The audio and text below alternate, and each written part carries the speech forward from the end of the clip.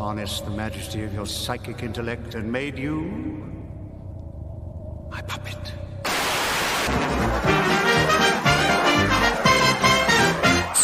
It's a bullseye!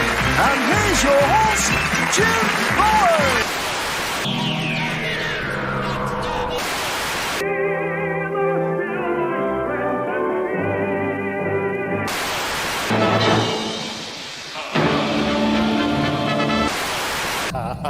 Sorry if I scared you. You'll like this bit. Yes, indeed, ladies and gentlemen, you will like this bit. Yes, indeed. Yeah, ladies and gentlemen, and anybody else. And that used to be a joke category, didn't it? But no, now it's real. And now it's real. And we're going to take it deathly seriously as we see Doctor Who and Toxic Fandom are co-joining once again, just like they did in the glorious Whittaker years. Oh, my gosh, really? We're going to be talking about that tonight, and we talk about that most nights, aren't we? Because they just never stop bloody talking about it. I mean, I don't know what to tell you, but we got a lot to get to, ladies and gentlemen. Yes, we do.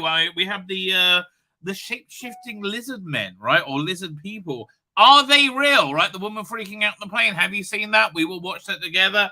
I can go several ways on this. I mean, look, I'm very fanciful, right? So I believe in fantasy to a great extent. So I'm like, oh, it sounds real to me. But we will see. If you don't know about it, we will be watching that together. Hopefully, we'll get to our review of Star Trek Strange New Worlds Season 2, Episode 4. Not a bad episode, right? Not a bad episode. First one this season that's not bad.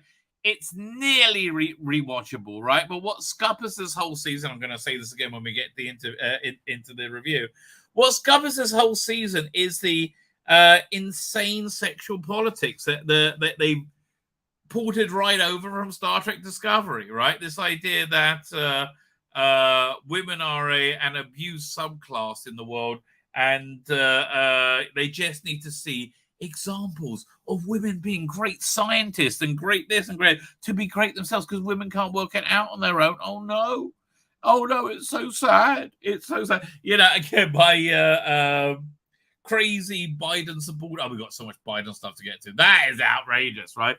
A crazy Biden supporting neighbor. Whenever they can, they always try and start talking about, what was it again, about disadvantage, like what's the thing they talk about, so that you shouldn't have voter ID, something about, you know, unfair balloting for minorities, right? And like, oh my god, I mean, like, really, this person knows nothing about any minority whatsoever, right?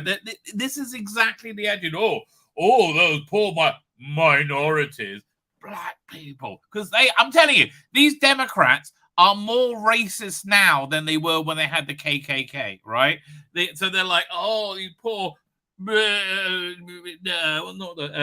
minorities. They can't say poor people because they absolutely hate poor people. They despise poor people. But these poor minorities, they put the polling stations in places hard for them. And also, they can't read and write so well, so they don't need any voter ID. Oh no, that's not bigoted at all. Oh, how about, look, I'll tell you what, we'll look after you poor little minorities, because we're the good people. How about this? We'll give you a black little mermaid. Oh, I bet you feel good about yourself now. No, they feel good about themselves. They are annoying as hell, right? They are as annoying as hell. Indiana Jones. Okay, there is a trend going on in a couple of places where people do not like things getting their asses handed to them, right? Like Indiana Jones, like Jodie Whittaker's Doctor Who. We're going to talk about both of that today, right? And they just don't like tough criticism. How about this? Don't make relentless shit, and we won't criticize it. And then don't make relentless shit, and then pretend you're racist or bigoted or sexist if you don't like the relentless shit that they are making. And I'm sorry, Indiana Jones and Dial of Destiny was relentless shit. So I actually got spurging out a bit on this, because I was watching or listening to your boy Zach video where it was complaining that all these like negative reviews on YouTube, people going after Kathleen Kennedy, because it's all deserved. I'm sorry, right? You say most of these people haven't even seen the movie. Well, that may be true, right? I have no idea. I made the effort to go and see it, and so you don't have to. And it was genuinely awful, right? It was much worse than a lot of people are saying, right? The messaging in it I found really genuinely repugnant. That being a masculine hero leads to nothing, leads to misery, leads to an old life on your own. Like Luke Skywalker, yeah, it doesn't pay off. There's nothing in it for you, right? There's nothing in it for you at all, right? So that's message number one. Message number two was, oh no, it's the 2023 naughty National Socialists, not the ones from 1935. No, these are because they're the same thing. And that really got up my bloody nose. And the third thing was Phoebe Waller-Bridge as Indy 2. Oh, there was a scene where can I get a screen grab from it? Let's see if I can grab a screen grab from this. Do I still have the file? 1 second. Here it is. 1 second. Let me go where Phoebe Waller-Bridge is in full action mode. Like on a bike chasing the plane to rescue Indy. Right, and she's just awful. I'm sorry. Oh, is this it? Hang on. Let me make sure the was it the? Oh, I gotta get the playback right. Hang on. I'm certainly not going to play it. Oh, man, they are copyright strike happy right now, aren't they? A second. Let me see about. Oh yeah. Hear it. Yeah, I'm going to grab a few screen grabs because it's so shit, right? It's so genuinely shit, right? And she thinks she's so cool, but I think this has really scuppered her career, and hurrah for that, quite frankly. A more obnoxious person I can't imagine. 1 second. No, I'm just getting the second. Okay. Doink. And again, she's in full heroic mode. There is nothing heroic about this woman whatsoever. I mean, like, I just don't know what they were thinking. I really, genuinely, what on earth were they thinking? Also, it was also weird in this scene. They, it was not raining, and then they needed it to rain, so it just starts raining for some apparent reason. But yeah, look, this is not look. Phoebe Waller-Bridge doesn't do heroic very well. I'm sorry, right? So, I mean, not in the same way as Harrison Ford did it, right? And it's just kind of ridiculous. Wait, fine. I'm just getting another screen grab. Hang on. But I want to see it. I'm watching it and I'm like literally cringing because it's an Indiana Jones action scene starring Phoebe Waller-Bridge, and it's like, oh my god, I want a retch here. There's more screen grabs than I thought I needed. Hang on. It's so bad. You need to watch it more than once. But having said that, I so recommend watching Raiders of the Lost Ark. Right. So here's a template for making a good Indiana Jones movie. It's everything that happens in it has to fit into a template of a 1940s Republic serial, right? Like everything has to fit in that. Nothing from Indiana Jones and the Dial of Destiny fitted into that.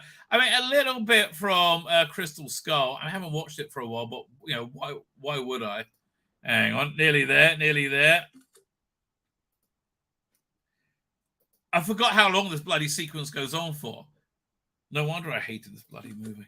Oh, it's too long as well. Yeah, but right, that's enough. I can't do any more. Right, my brain is about to melt just looking at those few images. Here, let me share them with you. Doink. Come on, just open up. What the hell? Yeah, we'll try that. Open with... Okay, let's try that. Aha! Here we go. Let me share the screen. Doink. So then Phoebe Waller-Bridge, you can see her on the bike. Oh, she's so stunning. She's so brave. Oh, and she's going to save Indy, who's a manzel in distress. Right? Like, I'm sorry. No one's going to see a movie of this, right? No one's going to go to the cinema to see this. It is Drek. Then she jumps into the landing gear. Oh, God, it's Drek. I'm sorry they made Drek, but like, So anyway, your boy Zach was really, really annoyed saying, everybody's just like been dunking on this movie because it deserves to be dunked on. It's really obnoxiously awful, right? It's it's as bad as anything that happened in the comic industry, which he commented on a lot, which I just found his response to be quite weird. What can I tell you? What can I tell you? So we got that to go over. So we did what? The Lizard Woman. Oh yeah, we got the Autons nearly appearing in the Jodie Whittaker era. Thank God they didn't. We dodged the bullet there. Thank goodness, right? Thank goodness. Like another thing they didn't ruin. However, I will say this of the Jodie Whittaker era. Some of the monster design was good. I like their Cybermen. I like their Sontarans. I like the Sontarans way better than the was it the Rusty Davis? Were they in the Steve Moffat years? Let me think. I'm sure they must have been. Yeah, they were way better. I'm sorry. The Chibnall Sontarans were just much more Sontaran. I think having the grey costume, the grey outfit really helped, right? I think that helped a lot. What else we have to get? There's a whole bunch of stuff now. Let me see if there's anything silly to start with, right? Let's have a little palette cleanser, a little amuse bouche. Where we go? There I was looking for. Not that. Oh yes. So this is a sign of a young man being raised properly, right? This is why feminized Indiana Jones or feminized Star Wars is never going to work, right? Because little girls want to watch things about princesses, and little boys are more like this. Oh, there's a boy to my own heart. Trained well. Look, it's just natural. Yes, that's just natural, son. I understand we can't do that so much in public, but yes, from a very early age, we all want to do that. We all want to do that. One more time. Yes. It's hardwired, baby. It's hardwired, right? I want, little boys being able to rub their faces in boobs rights, right? Because we have rights for everything else. Little boys want to rub their faces in boobs. Who can argue? Who can argue? Oh, so this is the greatest, I will say, the absolute greatest haircut ever. Presenting the greatest haircut ever. Oh, that's perfect. Let's go back. Yes, that is perfect. That's the haircut you want, right? Kathleen Kennedy, this is the haircut for you, darling. Right? You want to look good, you go for the knob cut. Oh, absolutely, right. And I'm glad you're laughing, darling. I am indeed glad you're laughing. Oh, should we do this? Okay, another raging against legitimate criticism, right? This is like soy fan raging against legitimate criticism. Now, I will warn you, the cringe is very hard with this one. The cringe is very hard. Recipe just right at home. So what's on the menu tonight, Grogu Fleck? We're going to make a nice anti-fandom stew. Ooh. Yes, because we're all bigots, aren't we? Fucking scary. All right, Grogu Fleck, what's the first step? First, we need to make an outrage reduction. Okay. If you care about something and somebody turns it into shit, you will be upset. That's called caring. Let's say, one of my kids, it's not going to happen to one of my kids, but let's say one of my kids was younger and they're on TikTok, and a girl, and, they reach puberty and they're very uncomfortable about their body, as many young girls are, and they get all this encouragement, said, maybe you're trans, right? And, try, dressing like a boy, we're having, cutting your hair. And they'll do that and post some selfies, and they'll go, "Oh my God, fantastic! You're the bestest ever, right? You're the bestest ever." And then they say, "You know what? Maybe you want to have your tits cut off. How about that? Think that'd be a good plan?" And let's say they convince my daughter to do that. I would be outraged. You know why I would be outraged? Because you fucking destroy my daughter's life, you absolute cunt. That's why, right? Yes. The more you care about something, the more you will be outraged by its destruction. And also its pointless destruction out of sheer, what's the word I'm thinking of? not avarice. Sheer, nearly it's arrogance, but it's not that. I don't know. Indolence. It's awful. Anyway, outrage reduction. Let's see what else you got to say. So set the pan to simmer and drop in some entitlement. Okay. How is it entitled to say that Indiana Jones movie where you painted half the world as naughty National Socialists from Germany, right? And it had low quality and it wasn't very good and didn't have any of the DNA. How is that entitled? I'm not saying I was entitled for it to be a good Indiana Jones movie, but I am certainly entitled to voice my opinion. Yeah, but why aren't I? Okay, entitlement, check. Then just a pinch of bigotry. Oh, yes, it's good. The only reason anybody couldn't like this trick is bigotry, right? The only reason, right? It must be the whole world's bigoted because go woke, go broke, baby, right? Have you noticed that? Yes, you have. Just a pinch now. That stuff comes out a lot stronger than you think in the final product. And a pinch of bigotry. Woo! Oh, God. Your man bun is making my balls shrivel up. That's spicy to the touch. God, don't put laugh tracks on it. Oh, that's just painful. But listen, again, the most bigoted people I know of nowadays are Democrats, right? They are more bigoted than they were in the KKK days. I'm not talking about the Kathleen Kennedys. They're way more bigoted now because now they just look down at black people and they, oh, here, black people, let's give you a shitty hand-me-down. What's next, buddy? Now you want to add 2 tablespoons of impulsivity. In order to get the best flavor from your impulsiveness, you need to slice up some marinated emotional volatility. God, this guy is a loser. Gotcha. But what's the marinade that we should use? Ah, the finest marinade one can use for any toxic stew. I mean, like honestly, the fact he thinks this is funny, right? This is Suze Kempner level humor. Confirmation bias. Oh yes, and you don't have any of that, do you? Oh no! Like, there was a There was a shitty picture for the Marvels. It looked so awful, right? And somebody posted on Facebook, and they're coming to only in theaters November, whenever it is. And so I commented, yeah, he's literally going to be the only thing in theaters because no person's going to be in there watching. This guy spurred out of me, right? I said, no, it's not. Ticket price, that's half right. That was some facts there. He didn't like it. No, it's been a gradual decline. I thought, what, for no reason? There's just a coinky dinks.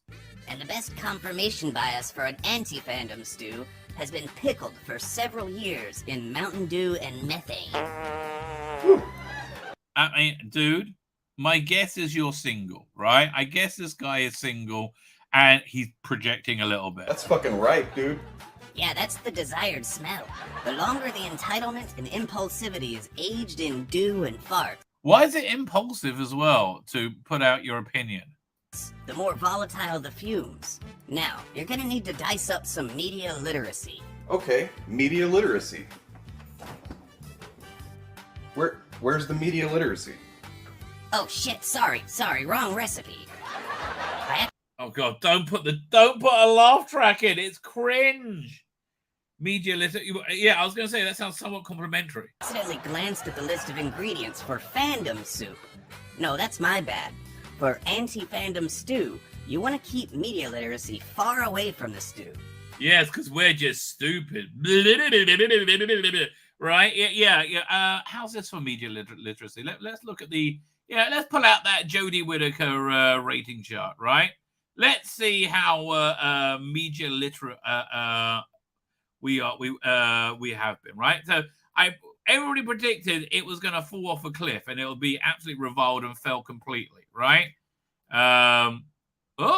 Looks like we were reasonably literate about that one. Oh yes, amazing. Take the right? shaker of superficial media analysis and just dump the entire fucking bottle. I know. I would love to have this guy on my channel, have him defend the bullshit he loves. Into the mix. The whole bottle. Okay. This shit's making me dizzy and kind of agitated. I mean, just out of curiosity, Do you think this person believed that Trump won the 2016 election because of Russian collusion? Right? Do you think he still believes it? Right? I think he might do. Is that normal?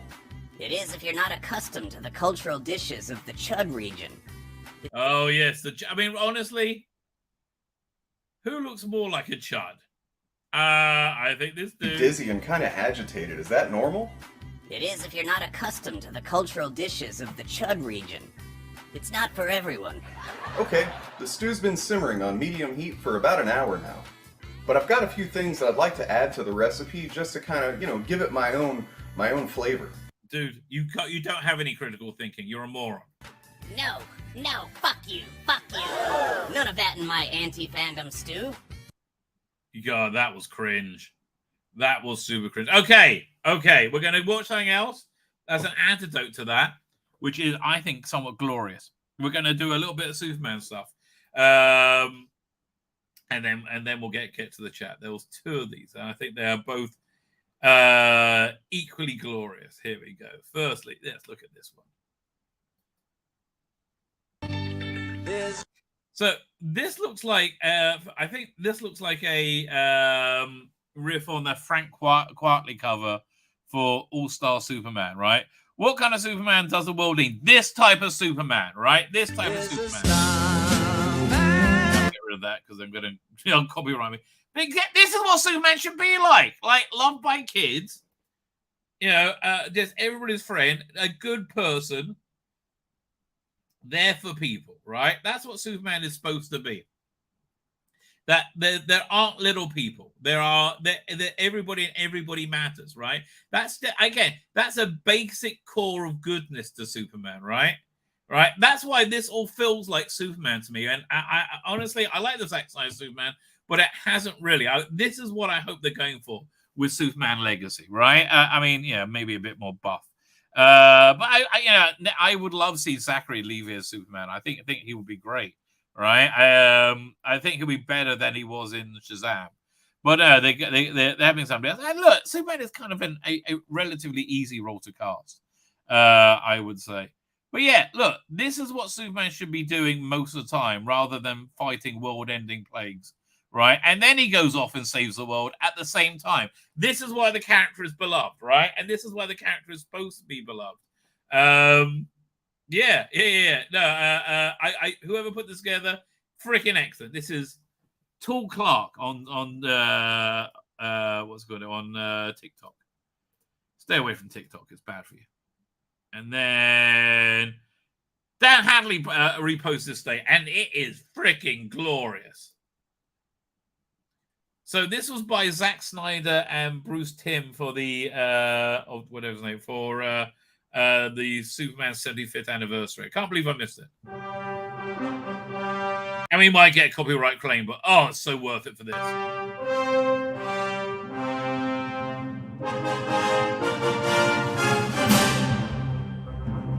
And honestly, I have to tell you, Superman has grown through the years, right? Through the ages, and it's evolved and it's taken on new things.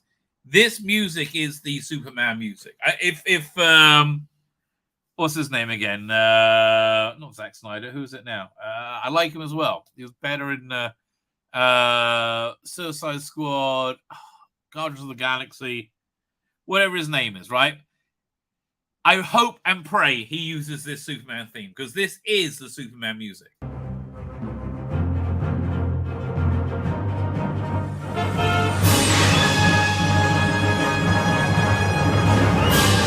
Okay, this is just perfect how it goes into World War II and the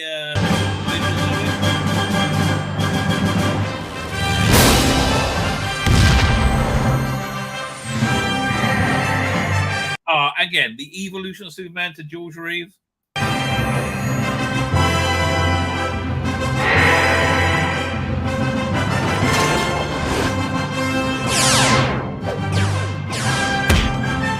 Why have we never got a Brainiac like that? I want to see that. Oh, no, he kind of got it in Krypton, but Krypton was shit. But I would like to see a Brainiac although I wouldn't mind seeing the 80s Brainiac as well, right? I bet Father Miller would love this, right? This is Sarp's Street.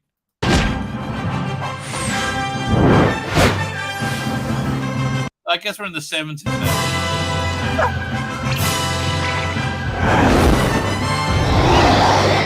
Also, Mr. Meplicnick, like that's a great villain.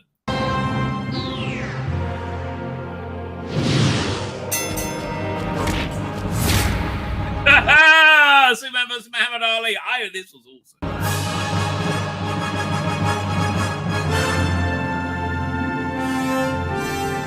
Look, I tell you, Chris, that smile Christopher Reeve gives right at the end of Superman 1. That again, that is pure, complete Superman for me.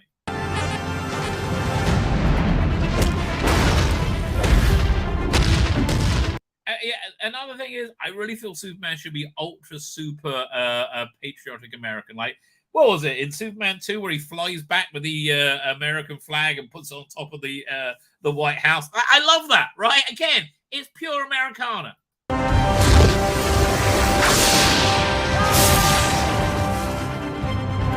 Yeah, 90s wasn't such a great time. Kind of lost its way. Oh, but Batman Superman Adventures. That's fantastic.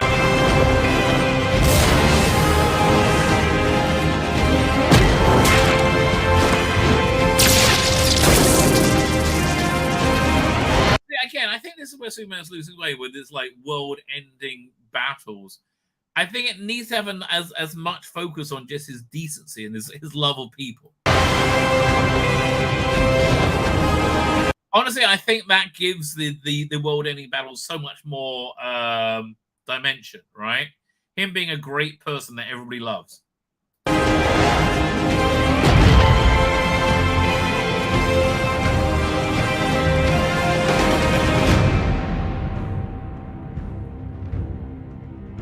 Yeah, I think that's glorious. I do. I think that's absolutely glorious. I have high hopes for Superman Legacy? Yeah, I do. Is it Legacy or Destiny? Is it Star Trek Legacy? I don't know.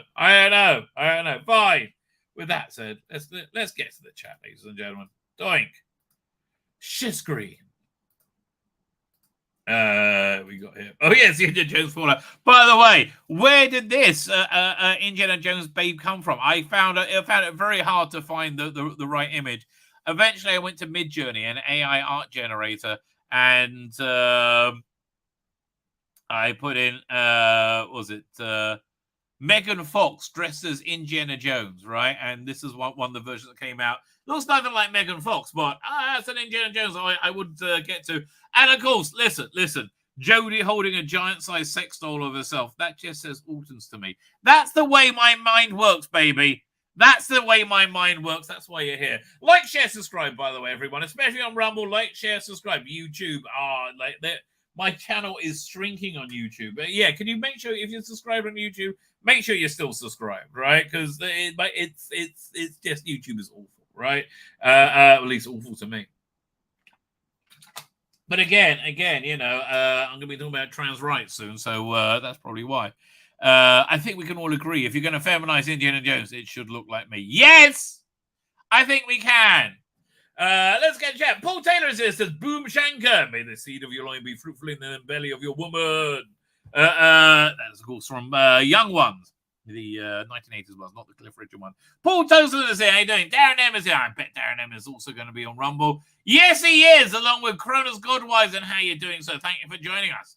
And if you're on Rumble, hit the like button, hit the Rumble button, and certainly hit the subscribe button. I'm not going to promise you, right, intense sexual virility if you subscribe. I'm not going to guarantee that, right? I'm not. But people say it happens. People say it happens. I say, Tzvi, I subscribed to your channel on Rumble, and you know what happened? What? I said my dick grew, you know, by about 1.5 feet. That's quite big. That's quite big. So, well, you know, that's just in the cold weather. Fine, where we go. Matthew Burrows is here. How you doing, Matthew Burrows? The Side Rangers here. This is the Dalek Supreme speaking. All media with female doctor is human propaganda. That is true. That is indeed true. Where are we up to?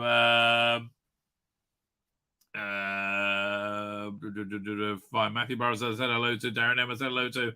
Fine. Look, Mr. Jekyll and Hyde is here. Both of them. By the way, I do like your new avatar, sort of engines. Woodhouse 122 is here. I hope no Doctor Who cast members are involved in the latest non-scandal. Oh, wouldn't that be cool? Wouldn't it be great if it's like, Jinx Monsoon or Yasmin Finney or something? Oh, Russell T. Davis. Could you imagine? Could you imagine if Russell T. Davis? That would be hilarious. Yurik is here. Woo, the rabbi from another planet. That is true. That's what people say when they see me. They say woo.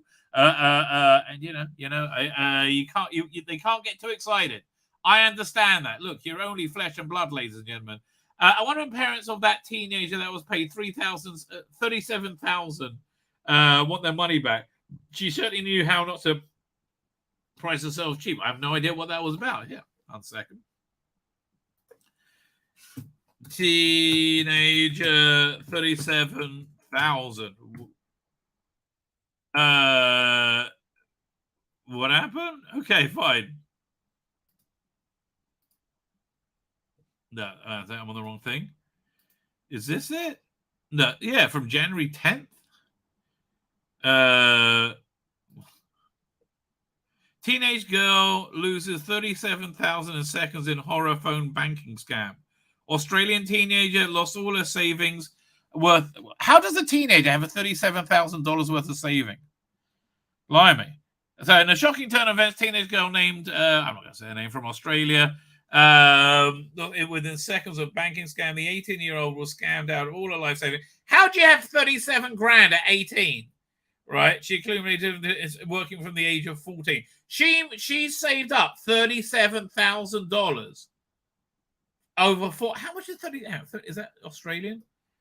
37 Australian dollars in pounds. Let's see what that is. Okay, that's about £20,000. Blimey. Okay, well, what was she doing? I don't know. Good work if you get it. Her dream was to buy a house of her own. She was focused on her dream and working on 3 jobs simultaneously. Well, good for her. That on December 3rd last year, she received a text message that claimed that an anonymous user was trying to transfer money to her account. The message was fake, but she believed it was from the National Australia Bank was her account. She reasoned, okay, so what happened? Is it not insured in any way?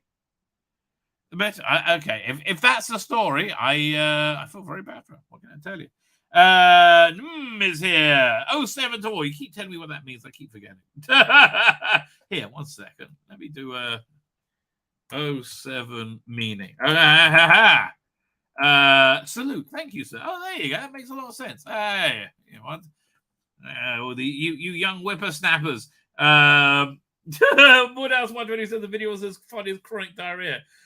According to recent film release, child trafficking is just behind drug. Yes, drugs. We're going to be talking about that as well, right? The how they're going after that movie, Sound of Freedom, right? It's disgusting, right?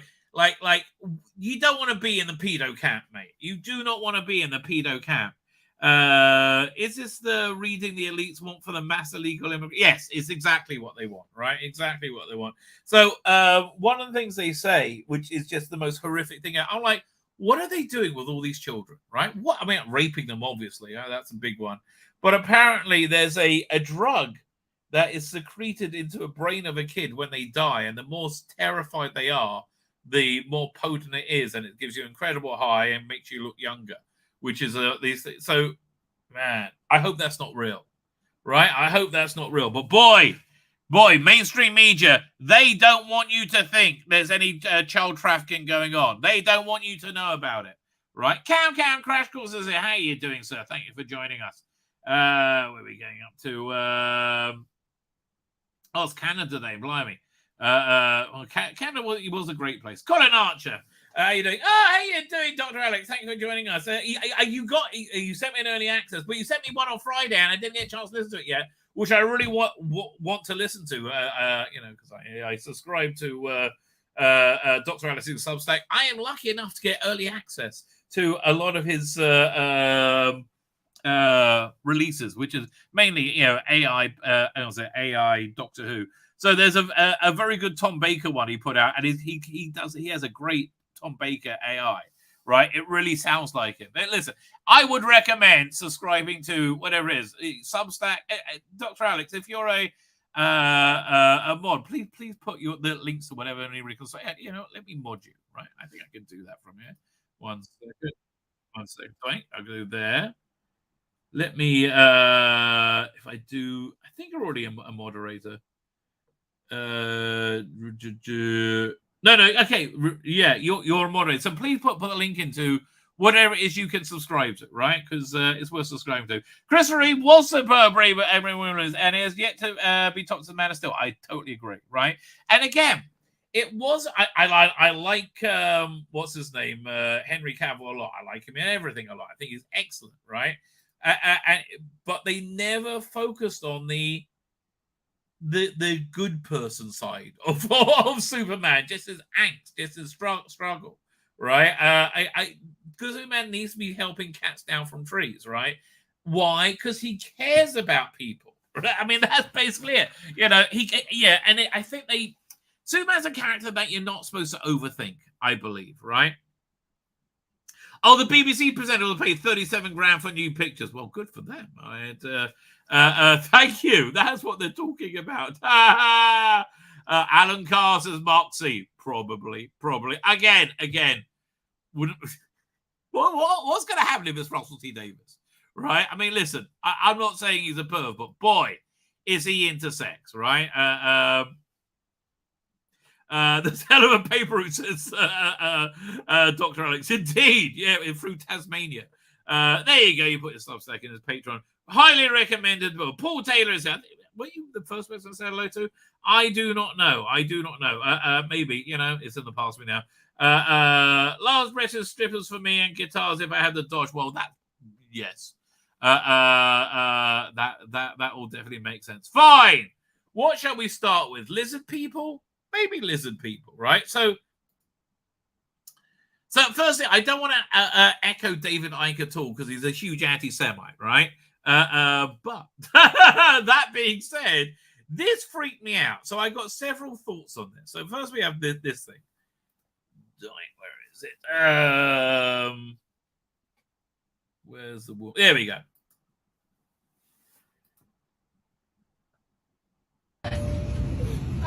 Okay, so this is the full video, the full 4-minute video. You've only ever seen it. We're not going to watch the whole thing, probably. I'm telling you, I'm getting the off, and there's a reason why I'm getting the off, and everyone can either believe it or they cannot believe it. I don't give two. Okay, but listen, I understand this is not the point. The point of this, but she's kind of hot, isn't she? I mean, listen, she's traveling and she looks really good. So. There's that. But I am telling you right now, that mother back there is not real. And you can sit on this plane and... I mean, here's the thing. She doesn't seem like she's acting to me, right? She seems like she's 100% sincere. She seems like William Shatner in that Twilight Zone episode. You can die with them or not. I'm not going to. Bye.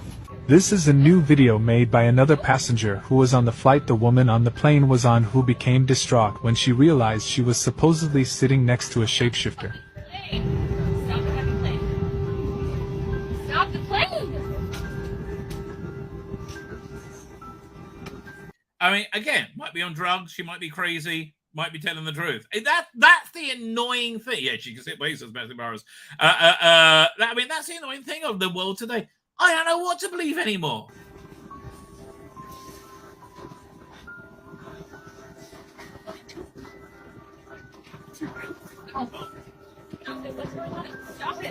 I mean, like she is in full meltdown mode.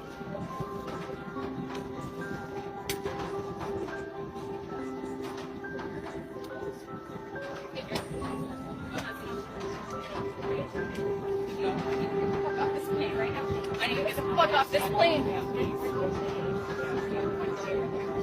So the other option of what this could be is a psyop, right? Because they've been pushing aliens for quite some time now, right? You know, aliens being real.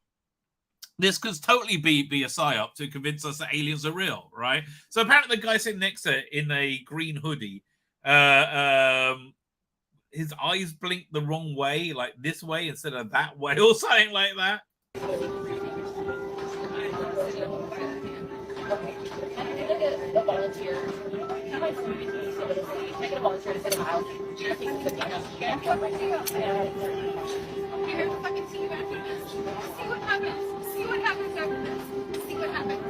Nothing did happen. Although a few things there. Carrot Top pretended he was on the flight and he wasn't. There was another person who pretended he was on the flight as well.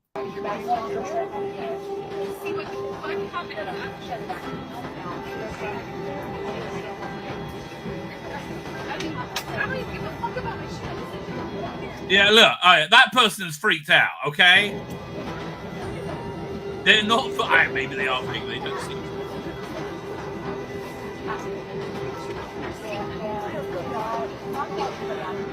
Oh, the green hoodie picker is a different aircraft. That's the thing. You don't know anything. There's a guy who said, I was there, I saw the whole thing, and he was totally fake.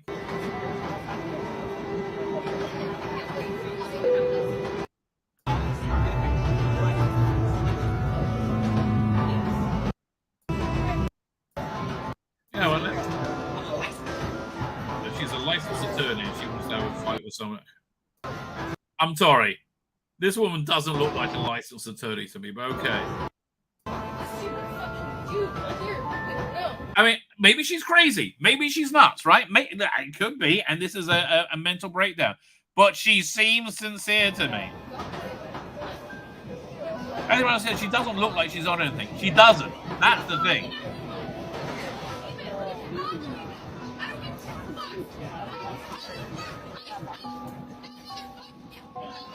Right, this was the beginning, which I don't know. On the plane who claims to have seen a shapeshifter. So okay, to make it freakier, then this happened 2 days later, right? Which is, I find a lot more. A different plane, same thing, different person. Yo! Hey, mate, everyone listen, come on, please. Go! Marco and Tony Barrera, it's your time! Yeah, that's a guy, that's not faking. That's a guy generally freaking out. Look at everyone filming, man. What's wrong? Whoa. He wants to open the door. He is scared. Whoa.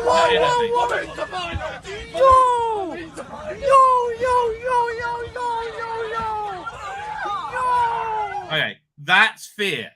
That's genuine fear.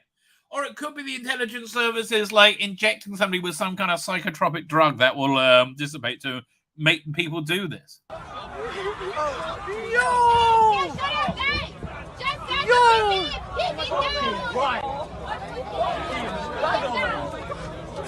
Yo!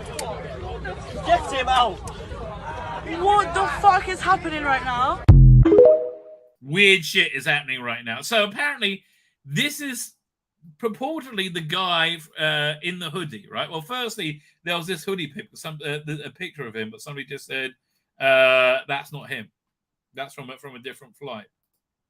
There we go. Doink. Right. So apparently that's not him, or maybe it is.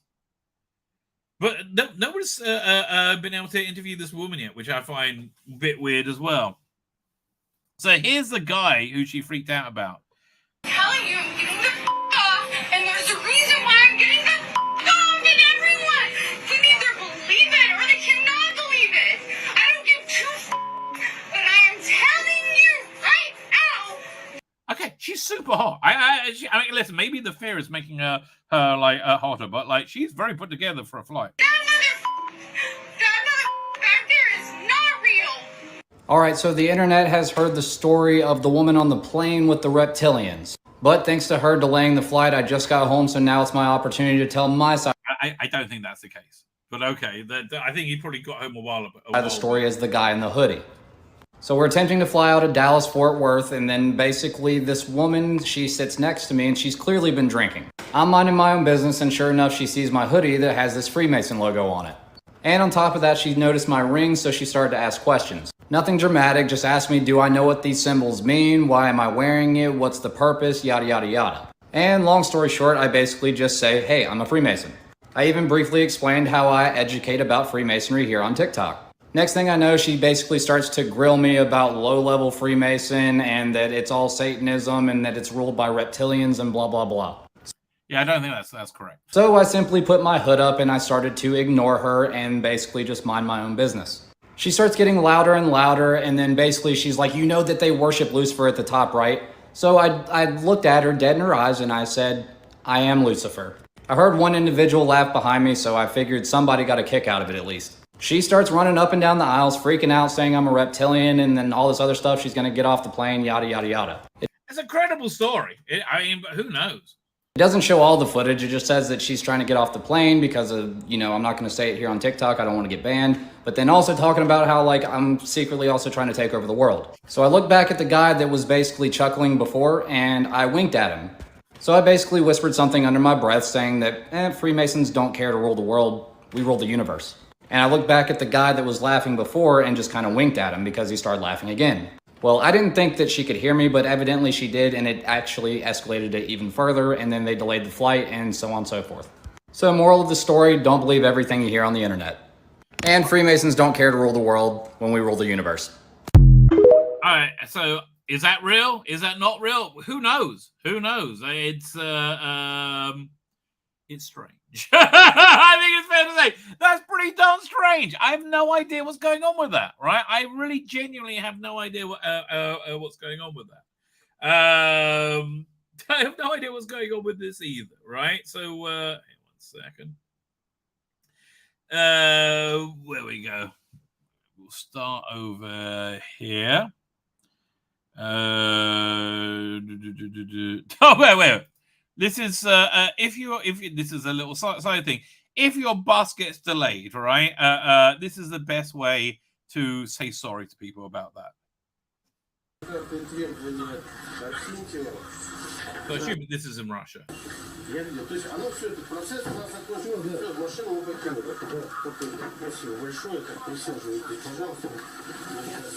Well, okay. Thank you very much. And I say, she has perfect tits. I mean, just 1 second. I hate to...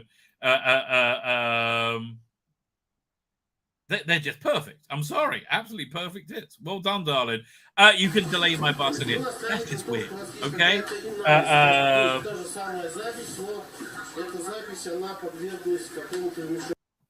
So, good for you, darling. Good for you. Yeah, we should be live and be free, baby. We do okay. Let's do this next. Fine, we're up to. Where is it? I'm trying to find the. Oh, did I not save it? That's really annoying. Oh, wait. Where is it? Where is it? Oh, here we go. Doink. More pride, ladies and gentlemen. More.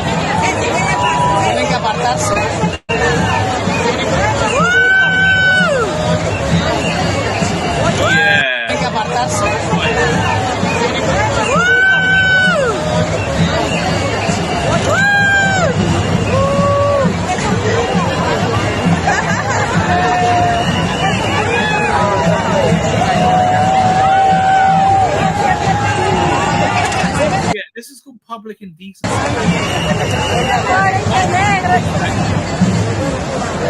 Next boy volunteer. Okay.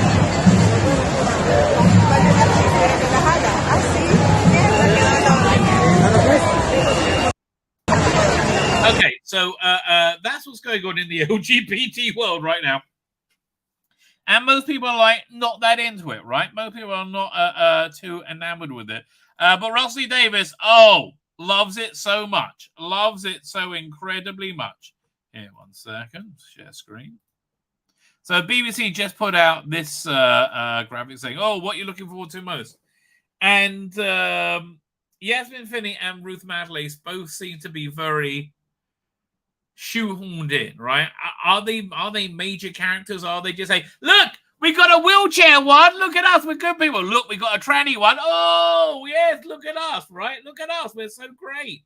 So, was it yesterday? I think in England, we had, there was a big trans rally. We'll go for, where is this? More pride. Great. No. Where? I got too many things. There we go. So there's the first bit of footage from it. Now! What do we want? Trans rights! When do we want it? Now! What do we want? Trans rights! When do we want it? Now! But what are the trans rights that they want that are being denied to them? Right? The right to me, for me to believe that you can change your gender by changing your dress. Right? Look, you do you, right? You do you, I'll do me. What are these rights that you're being denied? To take a shit wherever you want, to destroy female swools? Yeah, no, you don't have that. You don't have that right. Incredibly enough, no, you don't. What do we want? Trans rights! When do we want it? Now! Now, again, is cross-dressing a kink or an identity? I think it's a kink. I'm not going to dictate my views onto you, right? But I think it's a kink, right? And I think it's a kink that's dangerous to the world, right? Trans rights! When do we want it? Now!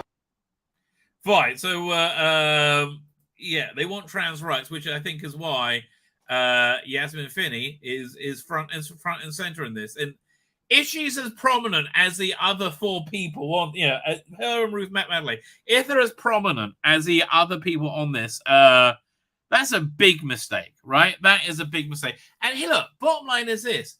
The trans movement, from what I can see, seems to be the most woman-hating, misogynistic movement I can possibly imagine. So this just came from that. And be really fluffy and be really nice and say, yeah, be really lovely and queer and gay.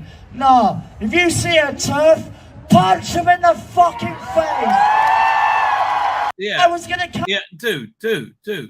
What's going on, right? What's going on? So, like, with that, it makes this sort of thing much more difficult. I mean, there's a lot of things make them much difficult. I mean, this, for example, makes the whole trans thing much more difficult. Putting the doggy mask person in there, right? That's just not good. Is that General Milley? God, faggot. Trans rights are human rights. What is the right that you want, Yasmin? Tell us. Please tell us these rights. So anyway, Toxic Fan has been spurging out about this. Social Tidia, whoever they are, said Jodie Whittaker said that while her personal responses have been overwhelmingly positive, yeah, look, mostly people aren't going to come up to you and say you were shit. I would. Like, I mean, I wouldn't go up. Let's say I was on Graham Norton, right? And she was on the couch, and they'll say, "Hey, you're a Doctor Who fan." I said, "Yes." So, well, you excited to see Jodie Whittaker? I'm saying, sorry, you were absolutely awful in the role. You were unbelievably awful in the role, right? Shockingly terrible, and she was, right? It's so yeah. But personally, people are generally speaking polite, and why not, right? Other than me. So Jodie Whittaker said her personal responses have been overwhelmingly positive. The negativity of media and the NFTs. Again, dude, like, why didn't you just call us the N-word, right? What's the difference? It's like, it's the same thing. Well, so much that she wouldn't have taken the role if she knew. If she knew that she was absolutely shit in every way, people would go, oh my God, you're absolutely shit. And if she was absolutely shit and relentlessly obnoxious about it, go, hey, don't be scared of me gender. I'm not scared of your gender, you dumb cunt. I'm scared of your lack of talent or ability to play the role. And apparently it was quite a reasonable fear. Don't you think? It seems to be a fear that played out to be 100% accurate because you were absolutely shit in the job. Oh, boo-hoo. I thought you were supposed to be one of these strong women. No? Stop boo-hooing, darling. That's why doctor writers have no social media policy for most cast and crew. Well, you should have a social media policy, right? Don't fuck off the fans, right? Suze Kempner, if I may point you. But anyway, the Tiny Tots. The Tiny Tots have taken this as a sign of their undying rightness, and that's why people like M&Ds were right to be called out. No, they were. Again, what did you call us out for? You called us bigots because we actually said things like arachnids in the UK was unwashable shit. And it was, Rosa, unwashable shit. Why was it unwashable shit? Because it was stuff full with agenda. When I say agenda, Rosa, I'm talking about critical race theory, which is pure racism, right? Pure racism, not based in reality in any other way, right? Dr. X says, I'm starting to add the let's give Rusty Davis a bar worth cleaning tag to my doctor videos. I don't know what that means. A bar worth clearing? Okay. You know what? I have no clue what his new Doctor is going to be like, because I've never seen him write shit. But boy, is he signaling he's intending to, right? I mean, like his priorities does not seem to be on writing good Doctor Who. So basically, William, who desperately looking for validation. William, mate, William. Yeah, that's why you're looking for validation, because you were wrong. You were wrong. I understand. You don't like hearing that. No, T-H-E-I-R. The excuse was always, I can say what I want because Jodie can't see it. That was never my excuse. In fact, I wanted her to see it. Are you out your mind? I can say what I want because I can say what I fucking want. It's a free country. At least it used to be, but until cunts like you got the vote, which should be ripped away from you. Yeah, we can all say what we want, but also the thing I wanted to say happened to be a reasoned critique of the utter, unending shit that was Jodie Whittaker's Doctor Who, right? The unending shit. It didn't get any better. Actually, it did get better. I'm lying. Actually, that's the tragedy of Jodie Whittaker's Doctor Who. It was always shit. It never got better, right? It was always shit. But it got less. It got more proficient, right? I mean, Flux was awful, but they shouldn't have the Yaz masturbating over the Jodie hologram scene. That was a bit much. But again, I like the Centaurans in it, and they had good cliffhangers. They didn't resolve the cliffhangers well, but fair dues. Those cliffhangers were great, and the cold opening to the Centaur one, excellent, right? They did have a lot, and great cinematography. It looked fantastic. Again, Jodie Whittaker in the Crimea Wall going across to the TARDIS, which didn't have a door, right? And the lighting, that was really good. I mean, Jodie Whittaker was shit, but that was really good, right? I like to give credit where credit is, but basically it was shit, right? But it clearly did have an effect. Yes!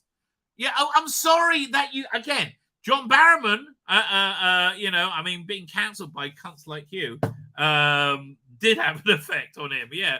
But, like, you'll find when he was doing Doctor Who, nobody really criticized him for anything because he was pretty darn good, right? People liked him, right? Until, again, you turn the cult vibe up to 50, right? Plus, that's just not how things work. You don't give abuse just because you think, okay, it wasn't abuse, and I'm happy for her to see anything, right? I'm happy for her to see this. Listen, I would... If she wants to come on and confront me about how dare I do this thumbnail, right, where she's holding a sex doll of herself, I'll tell you exactly why I did that, right? I have no problem with this whatsoever, right? It's called humor. I'm taking the piss out of her, which is why you don't like it, right? It's not abuse. It's satire, right? It's satire. And we're satirizing how unbelievably freaking awful she was as Doctor Who. Because she was, again, how awful was she? That awful, right? That awful. She wasn't very good, right? That uptick is purely David Tennant in the last 2 minutes. That, and what's the other uptick? Here was this uptick, John Barrowman, and then this uptick, David Tennant. And at least in Flux they worked out, keep Jodie Whittaker to an absolute minimum, right? An absolute minimum, and that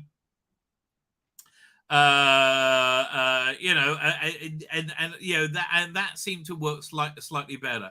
I don't know what to tell you, mate. Like, again, she was shit. She failed, right?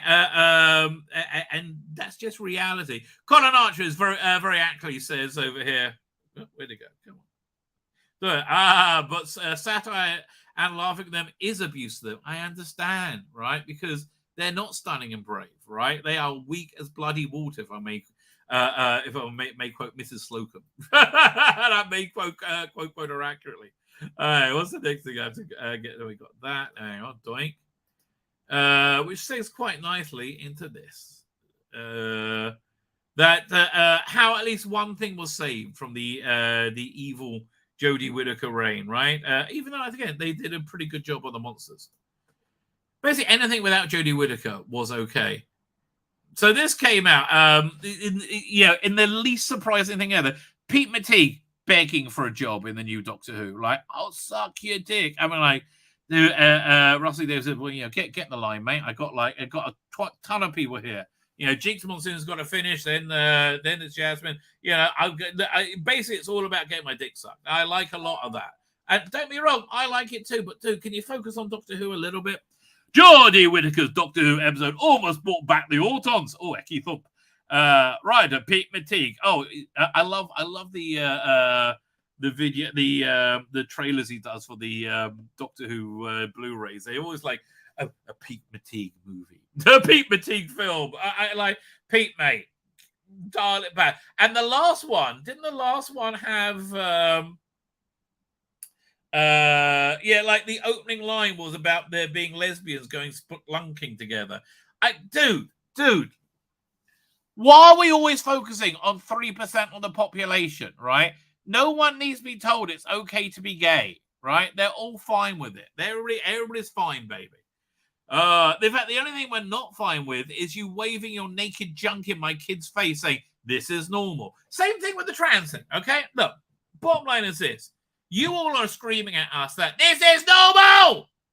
This is normal! This is normal, this is healthy. I don't agree with you, right? I'm not saying I'm right. I'm not saying you're wrong. I'm saying I don't agree with you, right? I don't think it is normal or healthy. I don't think this will lead you to a good life. I don't think this will lead you to a happy life, right? I don't think this is normal, right? I don't think this is good for you, right? I think this is morally wrong. I am not imposing my morality on anyone. And also, I think you're full of shit because I don't think there's any rights that you don't have. But like, what again? Somebody just explain what the bloody rights are, right? Raymond said it was completely cool when I was watching Crying Game 30 years ago. Yeah, but that's again, that was back when it was a novelty, right? 1 second. Let's just look at this again, and we can try where are we? Now! Like again, I don't think there's happiness in the future for any of these people, right? And I think if it was one of my kids, I would be mortified not because they're going against the will of God, but they are going against the will of what I believe is God. But I think their lives will be shit because of it, right? Trans rights!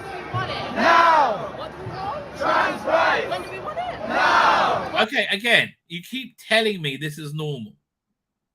And you're screaming at me it's normal. It's normal, it's good. It's like, I don't believe you, right? I don't believe you. What do we want? Trans rights! When do we want it? Now! What do we want? Trans rights! When do we want it? Now! All right, the reason I don't think this will lead to an ultimately happy life is this.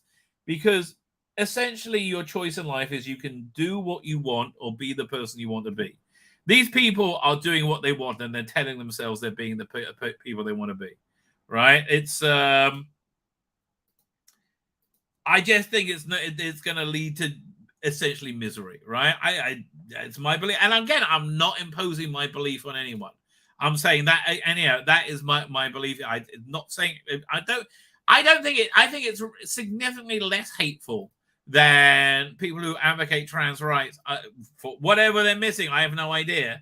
Are to religious people, people who believe in God, right? I think they're significantly less hateful. So significantly less hateful than they are to Jews. That's for fucking sure. Yeah, that's 100% accurate, and significantly less hateful to people who don't share their politics. They're just filled with hate, right? So it's not. I'm not even saying in a hateful way that I don't agree with you. I'm just saying, I have my own worldview, and stop screaming to me that your one takes dominance over it in my own head, because it doesn't. Jodie Whittaker almost brought back the order. Right, a Pete Matigue movie, a Pete Matigue film, a film by Pete Matigue. I can't remember how he always said, but it's hilarious. Revisits the episode with RadioTimes.com. Jodie Whittaker's 13th Doctor faced every manner of Doctor Who monster, and they all should have killed her because she was shit with all of them, right? Oh, actually, thought that's impossible. I don't know what to do. Really? You don't know what to do. You don't know what to do in any fucking episode. You know, there was one Dalek. And you couldn't stop it without like a gang of people in the TARDIS. You just opened the doors. You're so insanely shit. It's unbelievable. Peter Capaldi's Doctor would have taken care of that between sips of tea while glowering at his console, walking around it, right? Yes, you are absolutely useless as Doctor Who.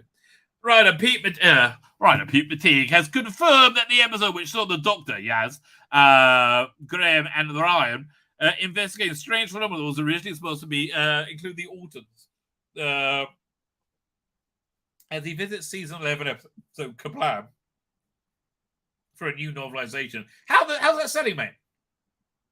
I would love to see the sales figures compared with the other books. I would love to see those sales figures.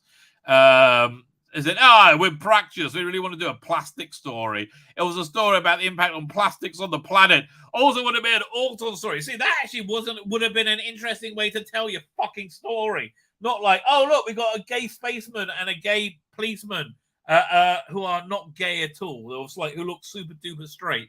Right, and there's something in the water, and Jodie Whittaker. Is that the one which she tried? Yes. Oh God, with that running scene. Do I have that episode on file? 1 second. Let's have a look. Like Jodie Whittaker running in that is classic beyond classic. 1 second. Where is it?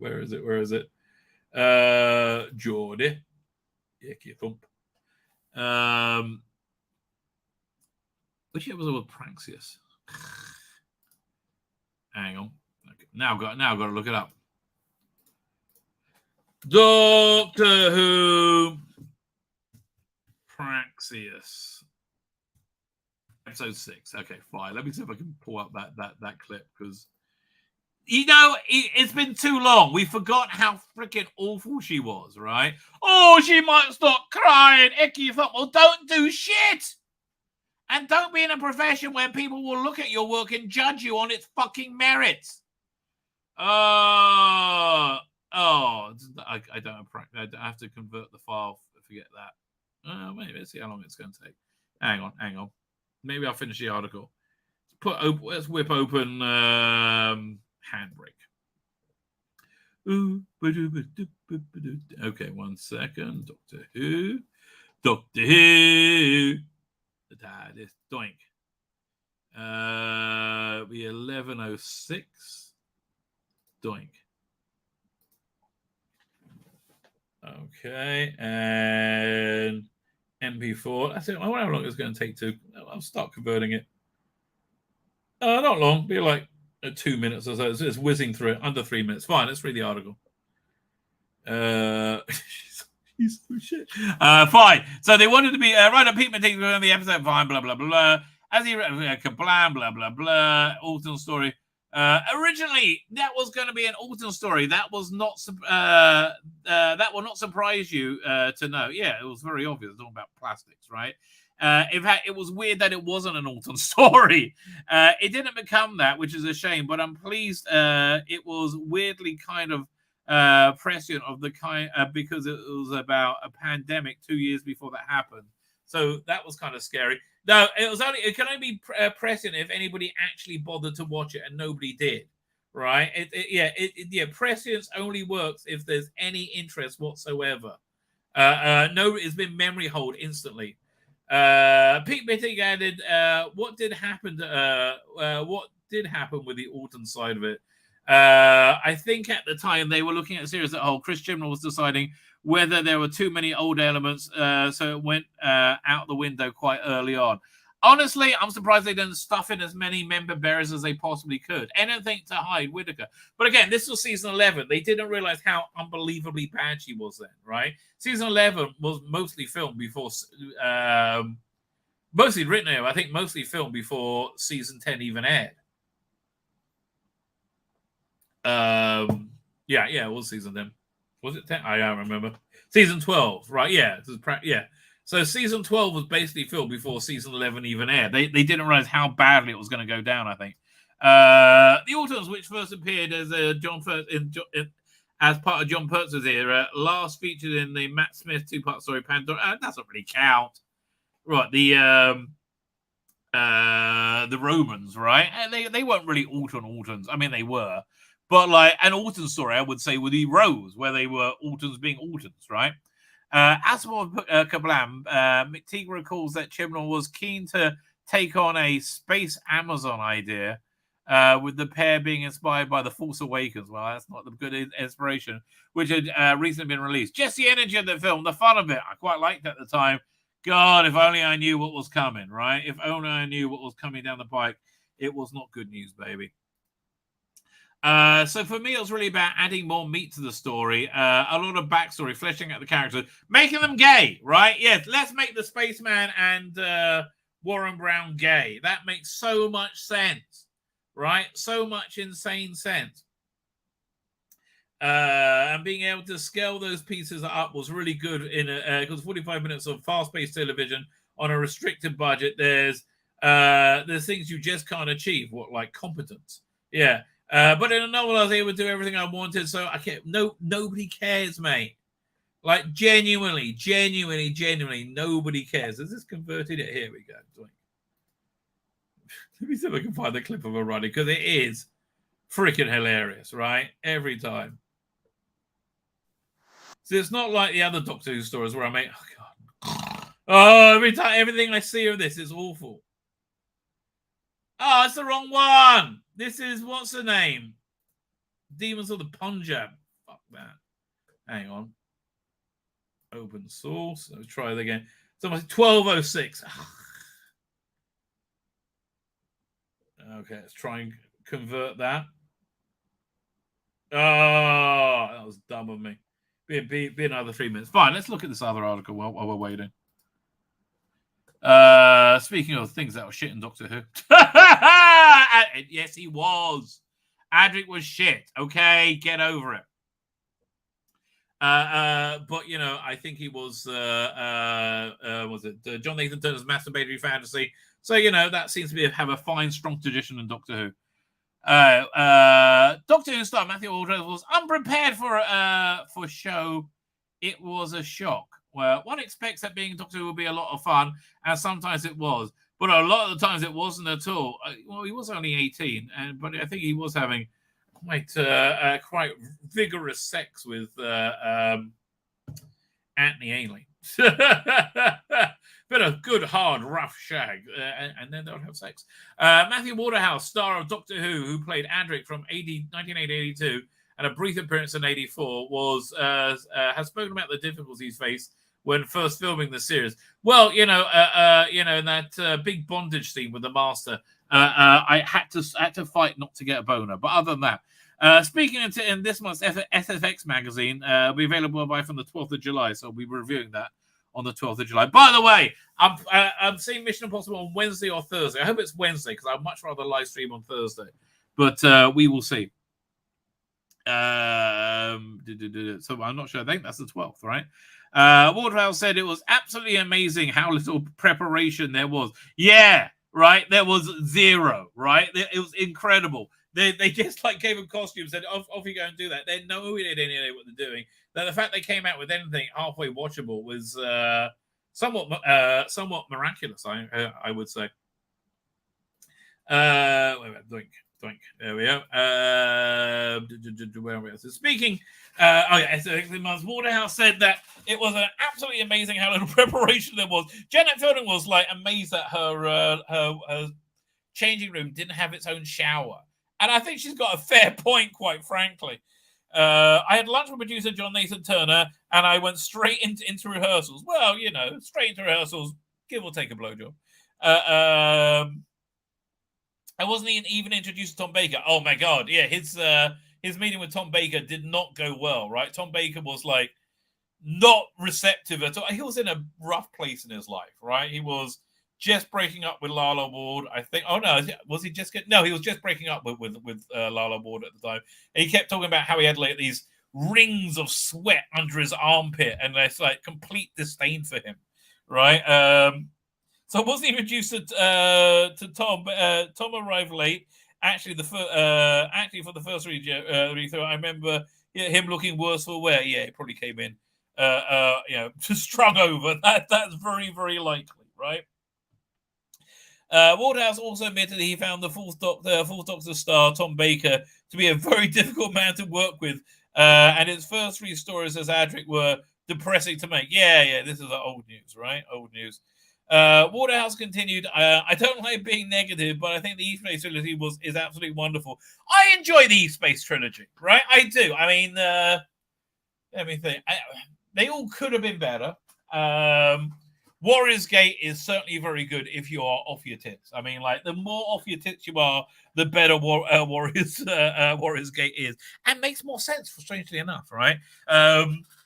Nearly the same too with Terminus. You know, Steve Gallagher was a man that should have written Doctor Who years later, right? When they had the budget to achieve his vision.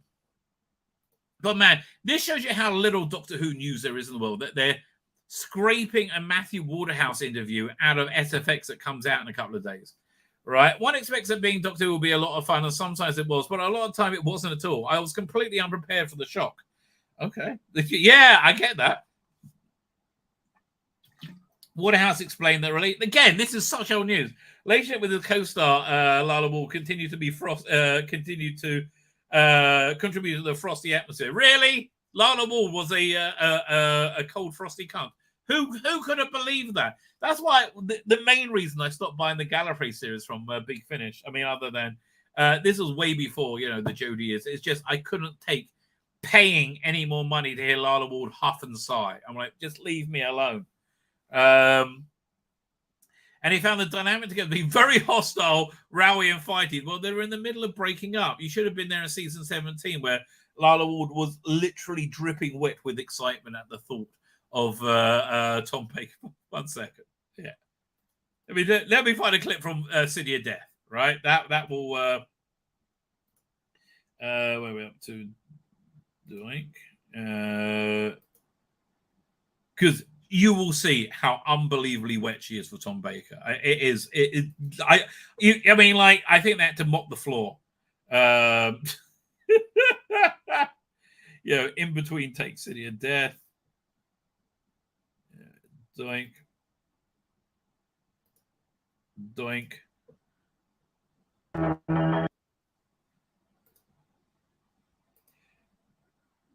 And firstly, she's wearing a schoolgirl uniform, right? But she is like the way she looks at Tom Baker.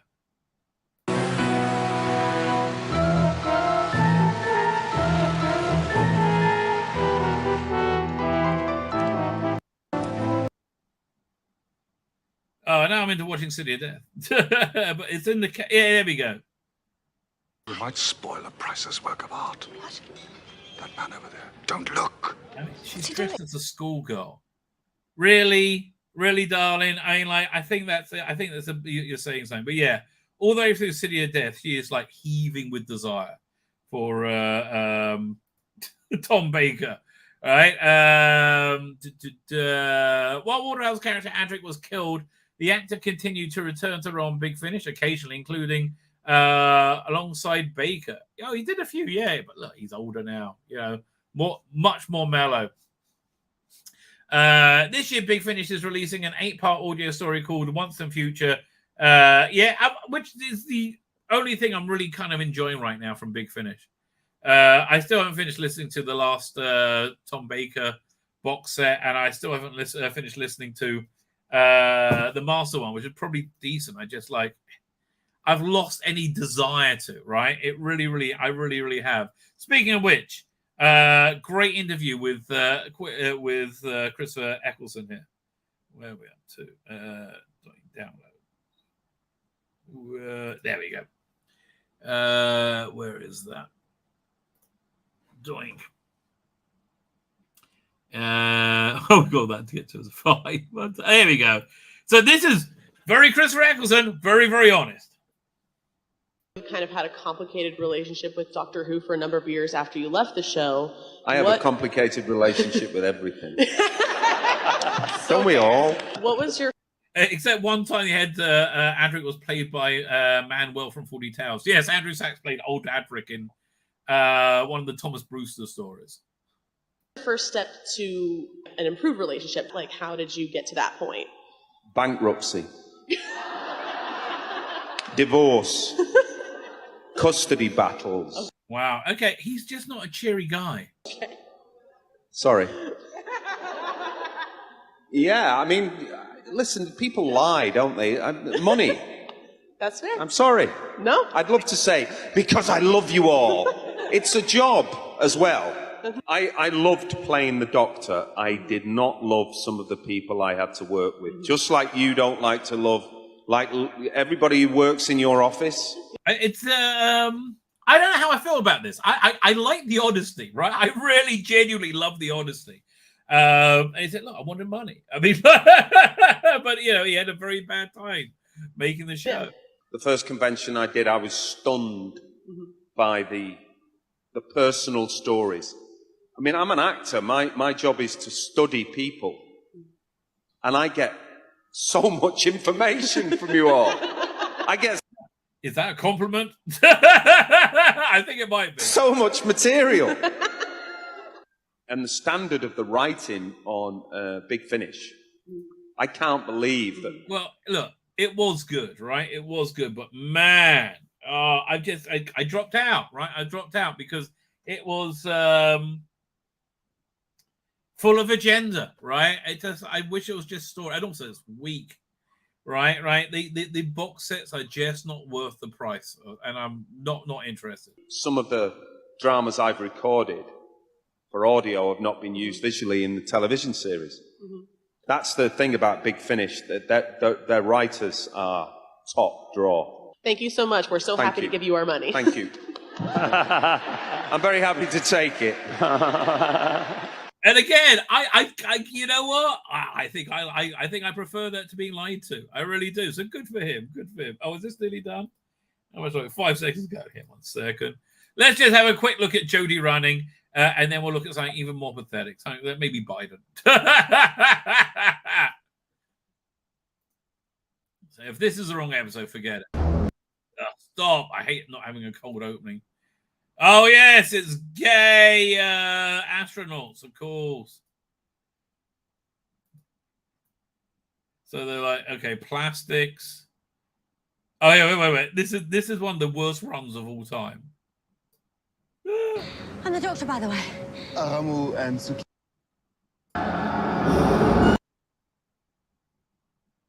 Wait, did I miss the run, or is he? Because it is unbelievably bad. Where was it? Oh, there we go. This must be it.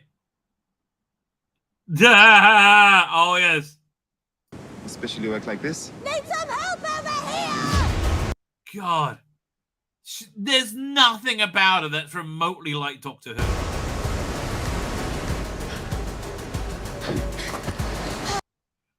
Okay, get ready. Okay, the main thing you need to do physically as Doctor Who is know how to run. Oh, I give up. Oh, I'm going to save the ball. What they said, to make it. This is not bigotry saying this is shit, right? Here, you thump. Hey! Why is there always a big lads that need rescuing?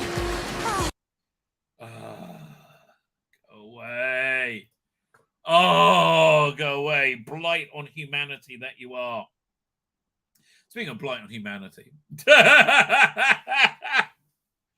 We have weird shit going down, right? We have weird shit going down.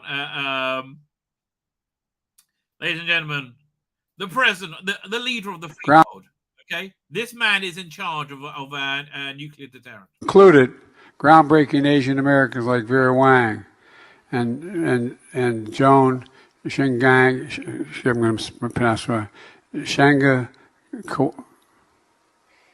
Kawawa. Joe Biden, you are the Jodie Whittaker of presidents. Like, what the fuck is going on? Like, I like how that everybody pretends he's not like senile old git. So that actually gets a little bit worse now with this little clip.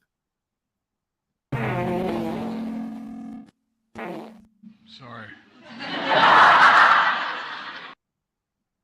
I don't know what to say at this. Like, what?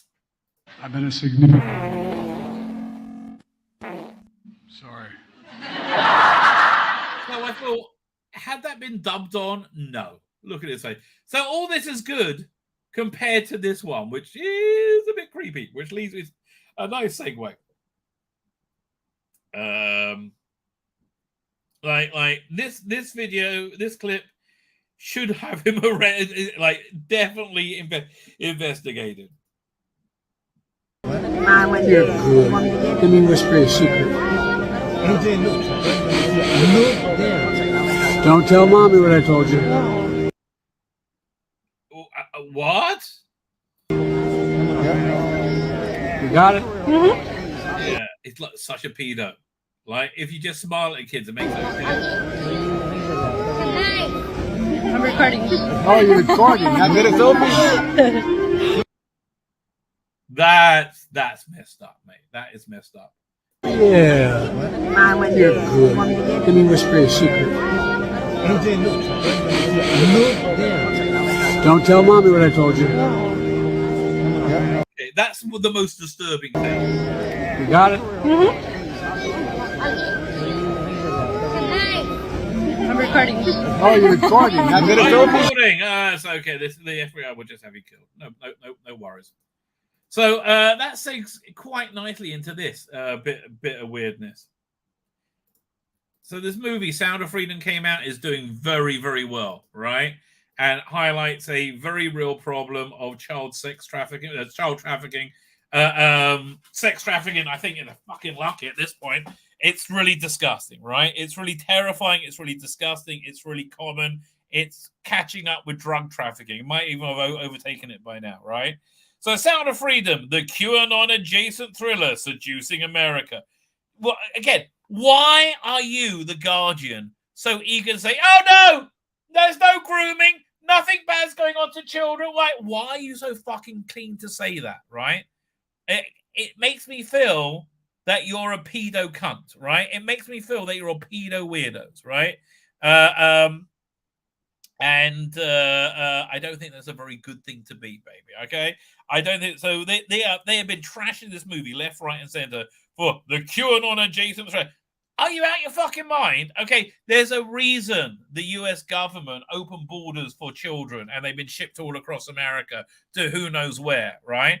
It's because they're all sick pedos, mate. I that's what it seems like to me, right? It's that's what that last clip of Biden just seemed like, right? He sniffed a kid and said, "Don't tell your mother." That's weird, baby. That's weird, right? That is weird, strange, and wrong in many, many, many ways. Not good, right? Not fun, not funny. Now, Jim Caviezel stars as a hero trying to stop child traffickers in a paranoid movie, turning into a surprise box office hit. Okay? Again, I look. This is my insane Bible thumping worldview, and I'm not forcing it on anyone. I'm really, genuinely not. I think this is God spanking Disney and the forces of evil, right? Making this movie go gangbusters while Indy crashed and burned, right? I think that is the irony, which is the ironic justice of it, which is I think how God works. If you read the Bible, it's there's quite a lot of it there, which is why, again, the forces of evil are deeply pushing back on it. Let me show you this.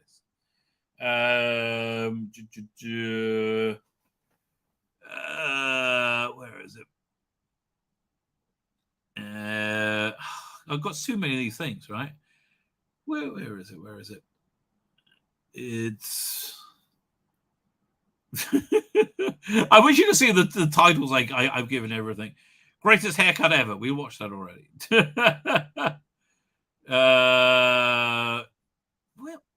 What the hell? Did I not download it? Hang on. Did I not get this clip? What? That's really annoying. Hang on, let me see if I can find it on Twitter, because I had it as one of my bookmarks. Hang on, bookmark. No, I've got too many bookmarks I need to go through. Eccleston, Kerry Hughes, I could get that.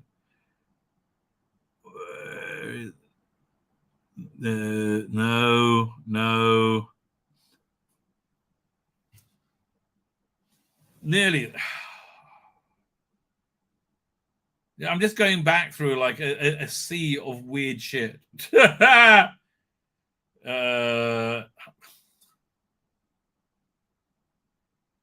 Oh, here it is. Oh, no, it's not that. Hang on. Maybe it's on Benny Johnson. It's CNN telling you not to watch it. I really thought I downloaded this. Right? Where'd it go? Man, I'm loving RFK, by the way. Listen, if the presidential race is RFK versus DeSantis, I might go for RFK, right? I think I prefer him. I really do. No. Rolling Stone trashing it. Can't find it anywhere. Cannot. Well, I'm going to one more look over here. Hang on. Doink. Not that one. Oh, here it is. There you go. Finally. Again, I mean, like, that's a pretty strange state of the world when you're like coming out in favor of child trafficking. You seem pretty familiar with him because he doesn't really hide his association with this real wild plot that involves, drinking the blood of children and things like that. Okay, yeah. Are you telling Hollywood QAnon promoters? Firstly, this movie was made in 2017, 2018, before QAnon was actually out. This is Blueanon.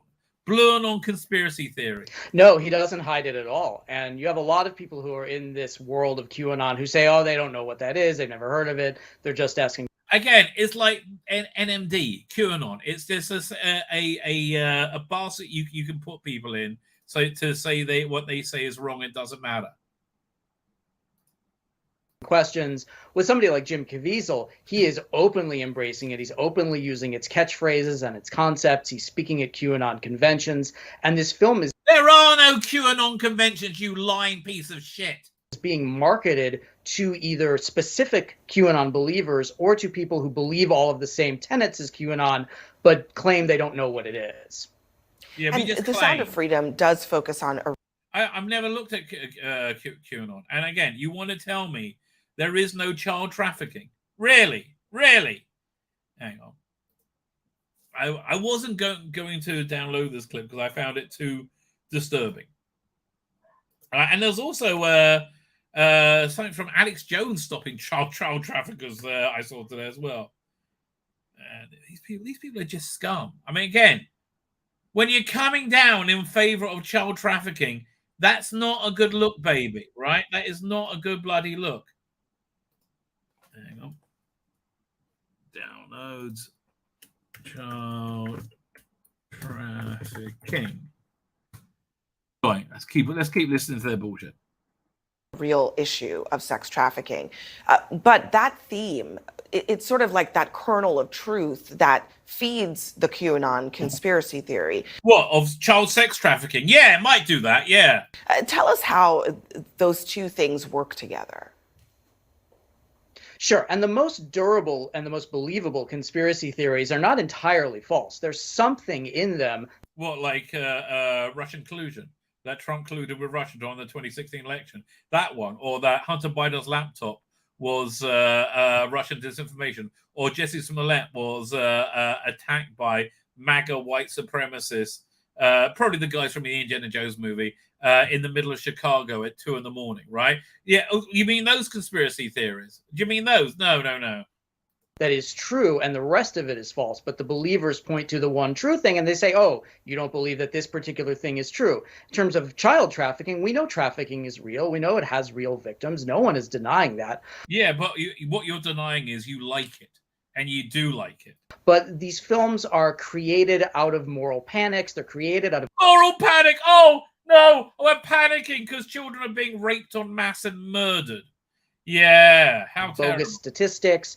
They're created out of fear, and with something like yeah, you should be scared of that. Yeah, if you're a moral person, you will be scared of that. This guy is clearly Jewish or has some kind of Jewish descent. I am so ashamed. Like Sound of Freedom, it specifically is looking at QAnon concepts of these child trafficking rings that are run by the high-level elites, and only people like Tim. What, you mean like Jeffrey Epstein, right? You said that was a conspiracy theory for years and years and years. Don't you remember that? Right? How Pedophile Island, that you said, no, that wasn't real. That's just a crazy conspiracy. Well, that happened, mate. Right? You can't walk that back like again. I wish I could tell these leftists, you can't walk back the Hunter Biden laptop. You can't walk back the Ukraine impeachment. You can't walk back Russian collusion. Right? They can't just act like it never fucking happened. We all saw it happen. Ballard and only people like Jim Caviezel, and by extension, only people like the ticket buyer can help bring these trafficking rings down. So there's a very participatory element. Yeah, no, it's very important that people get to know about this stuff. You're not just going to see a movie, you're just killing 2 hours on a hot day. You are helping bring down these pedophile rings and save children. Now, it's not. Well, you actually are, but okay. True, but okay, qualify that, Mike Rothschild. Fuck me, what an embarrassment you are.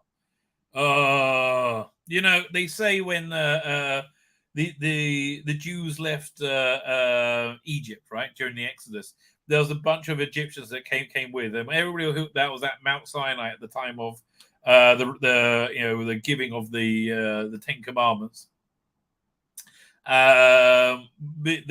They became Jewish, but we called them the mixed multitudes, the Erev Rav, and all the ill in the Jewish world is caused by them. This guy, I think, Erev Rav, mixed multitude number one. It's a very comforting and it's a very warm feeling to have. Yeah, no, exactly. I think you find a comforting, warm feeling is raping children. So, yeah, let's look at these things you shouldn't be worried about, right? Nothing to be worried about here. Is it?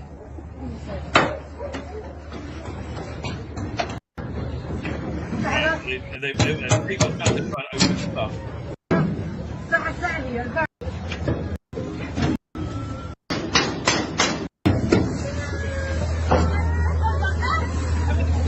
Fucking crying children, you piece of shit.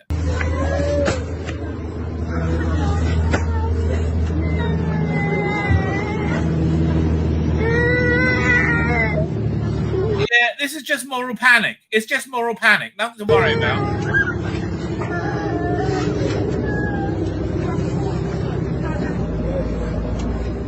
Oh no, more moral panic.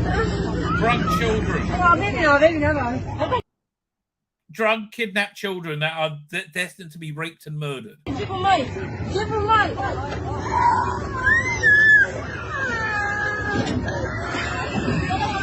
You know, my relative who works as a lobbyist in Washington, he was one thing he was saying to me when we were talking about the what was it? Probably the underage transgender surgeries. They think, oh, that hardly happens. Why do all you people worry about that? I said to him, how many lynchings are you okay with? Right? It hardly happens. Only 15, 20, right?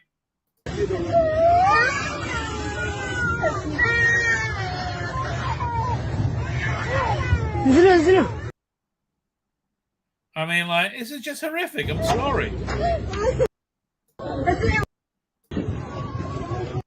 So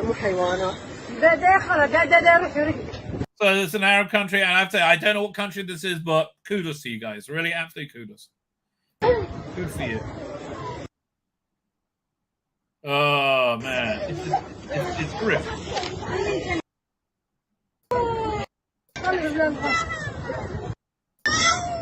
Where did this come from, even? But yeah, it's just moral panic. No need to worry. If you're not outraged and disgusted by this, you're a disgusting human being, right? Moral fucking panic. It's disgusting, right? And like, again, who knows how many children have been shipped who knows where across America over the last 2 years, right? It's beyond disgusting. But that's really what is the function of media, especially the mainstream media. The function of mainstream media is to placate people who vote Democrat, to make them think nothing bad is happening. Let's see who's here in the chat. Kevin Sassine is here. I'm younger, so I represent those who grew up with New Who. Trust me, we're just as put off by the marketing as you.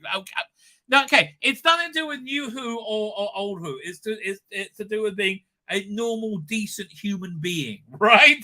That you can be that anywhere. It doesn't matter if you're an Old Who or New Who fan. You can be a normal, decent human being and like both of them. Oh, what's the name? Galactic Girls. I was going to say, there you go, Blue Bonnet. Oh, I'm trying to remember your old name. This is why people should not put pictures of the kids on Facebook or Twitter. I think many of the missing children are victims of sex trafficking. Wake up! I know. And Blue Bonnet here. I'm going to play this for you again because. Our Commander-in-Chief, right? Commander-in-Chief, yeah, he's so against child trafficking. Watch this clip. You're good. Let me whisper a secret. Don't tell Mommy what I told you. You got it? Mm-hmm. I'm recording. Oh, you're recording. Not gonna film me? There's nothing not sick about that. I'm sorry. There is nothing not sick about it. Matthew Powder's here. How you doing? That's why I want, honestly, again, that's why I want the wrath of God to descend. I mean, like, really, genuinely do. Colin Archer says, as somebody pointed out recently, it's almost a gut reaction on left to automatically go against anything those they perceive as the opposition. Yes, that is their only the only thing in their head, right? If Trump announced a cure for cancer, they will say cancer is good, probably linking cancer deaths to saving the planet. Side. Well, they are a death cult, aren't they? They really are a death cult.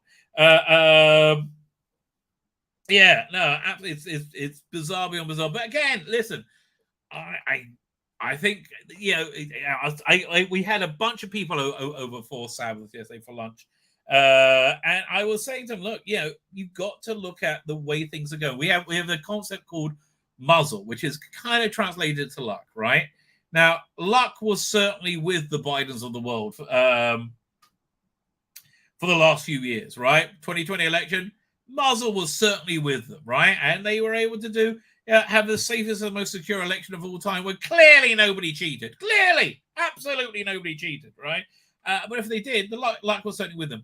Since Christmas, I've seen the pendulum change, and luck is not with them. The muzzle is not with them anymore, right? Anything they do is falling apart, and it's falling apart quickly. Not quick enough for my liking, right? Certainly not quick enough for my liking, but at least it's going in the right bloody direction. Where else? What was it? We got a bunch of other things to look at. We did that. Let's have a quick look at bounding into comics, because there's more indie implosion, which is so good. And I was like, again, I'm so mad at all these people going, you're just jumping on the bandwagon about criticizing indie. No, it was shit. I'm sorry. James Mangold, you did shit. I'm sorry about that. I'm sorry you don't like that you did shit. But it was shit. So James Mangold derides fans as divisive for not liking his deconstruction of Indiana Jones and Darla's Destiny. Okay, again, I really strongly recommend rewatching Raiders, right? And you will see what is the template for an Indiana Jones. But firstly, Raiders is, while being very, very violent, but it's violent in a PG-13 way. It's violent for 13-year-olds, right? Where adults will laugh and 13-year-olds will go, oh, gross, oh, I want to see more, right? That's what it is. But also, everything in an Indiana Jones movie has to feel like it would fit into a 1940s serial, right? Nothing, absolutely nothing from Dial of Death. Even the opening 20 minutes, which was mediocre. It was like, look, there are better video game representations of Indy. Directors decided to deride fans on not liking the deconstruction of Indy. This feels like John F. Trent, right? So this may go on too long, this article. Bo, did you see Harrison Ford put out a thing saying, I've always done this for the fans. We always like, dude, you're lying. I mean, listen, I'm glad you got paid, right? You are freaking awesome. You did a lot of awesome work, and I will always love you for that. But and I'm glad you got paid. I really am. But don't, this wasn't for the fans. This was for Kathleen fucking Kennedy. And people are like, oh, how come people are still going after Kathleen Kennedy? Because she's the most destructive force in the universe right now. I mean, other than Biden. Life is filled with peaks and valleys, and I appreciate when my fictional heroes such have their own ups and downs. Okay, but their downs shouldn't be their life being pointless and worthless and them being miserable old men with nothing in their lives, right? Who need to be saved by Phoebe Waller fucking Bridge. No, right? No. I want to get a newspaper and bang on those guys and go, no. Can't do that to dogs, but you could do that to James Mangold. But no, that's the joke. Nobody perform any violence, okay?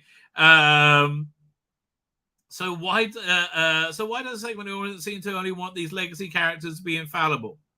Because he was fucking infallible. He was Indiana fucking Jones. Oh my God, what's wrong with you? Right? Yeah, Indiana Jones is a tough, two-fisted hero who didn't fail and didn't stop, and is somebody who you would respect and look up to. Yes, because that's what heroism is. That's what being a hero is. I just can't figure out why anybody would want something with such little drama. No, such little drama. You can have good heroic characters and genuine drama. Oh, you know where? Try watching Raiders of the Lost Ark, you dumb cunt. For God's sake.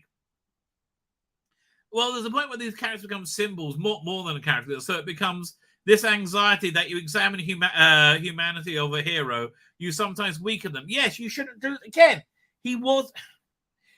We didn't want to see Reg Smith and the Dial of Destiny, right? Who has ups and fucking downs. We want to see Indiana fucking Jones and the Dial of fucking Destiny.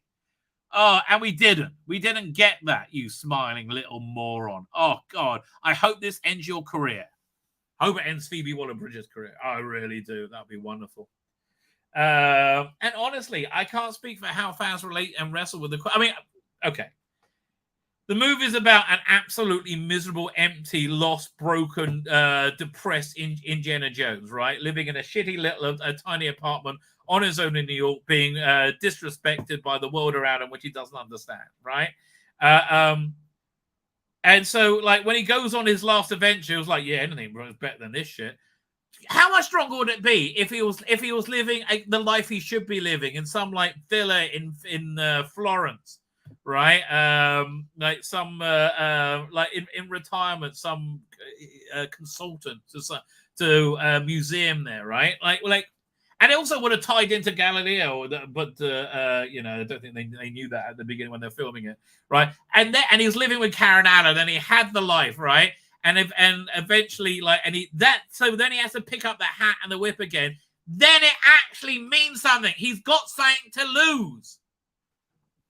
But no, they wanted to take a shit over the character. I'm sorry, James, your creative ideas were shit, and they failed. Good, and I'm glad they failed. So I can't speak on characters fans wrestle with these questions in relation to other movies, but certainly in relation to mine, I think the question always has my answer built into it. I mean, okay, look, Logan was okay, but that fit the character. Also, it had good source material.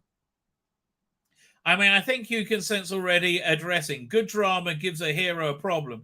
Yeah, but doesn't give a good hero a problem his life being broken and shat upon. If the movie was about a beautiful hero who is capable of anything and is virtually indestructible. Oh, you mean like gay Superman, right? Who has no conflict whatsoever. I bet you think that's stunning and fucking brave, don't you? It's without personal issues or concerns.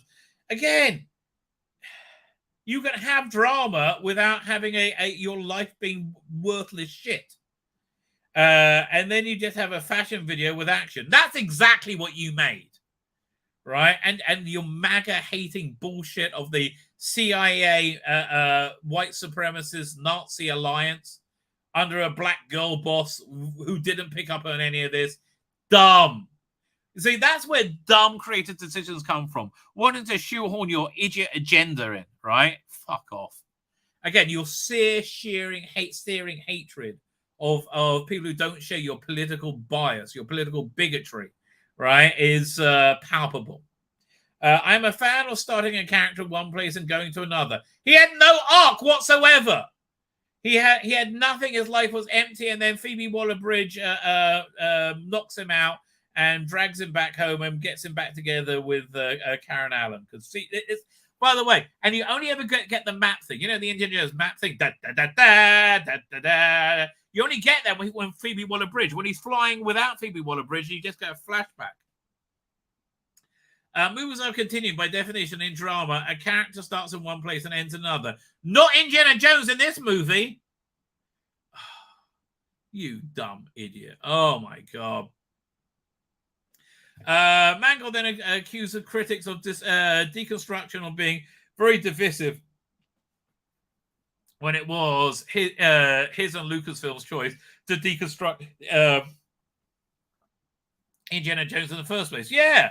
I mean, listen, Mission Impossible, I'm going to see that this week. I bet you Tom Cruise's Ethan Hunt won't be a broken sand sack, right, with nothing going on in his life, miserable and alone.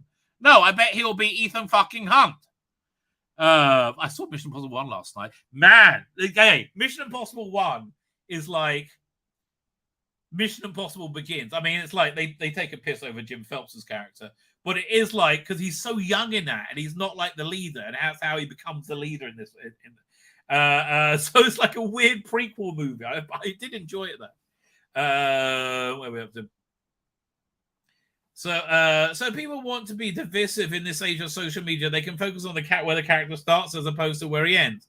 He ends in the same place.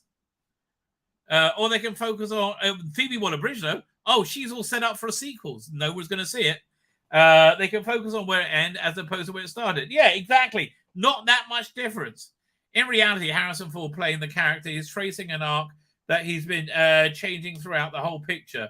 So it depends on where you're landing on point. Okay, dude, it was shit, right? It was shit.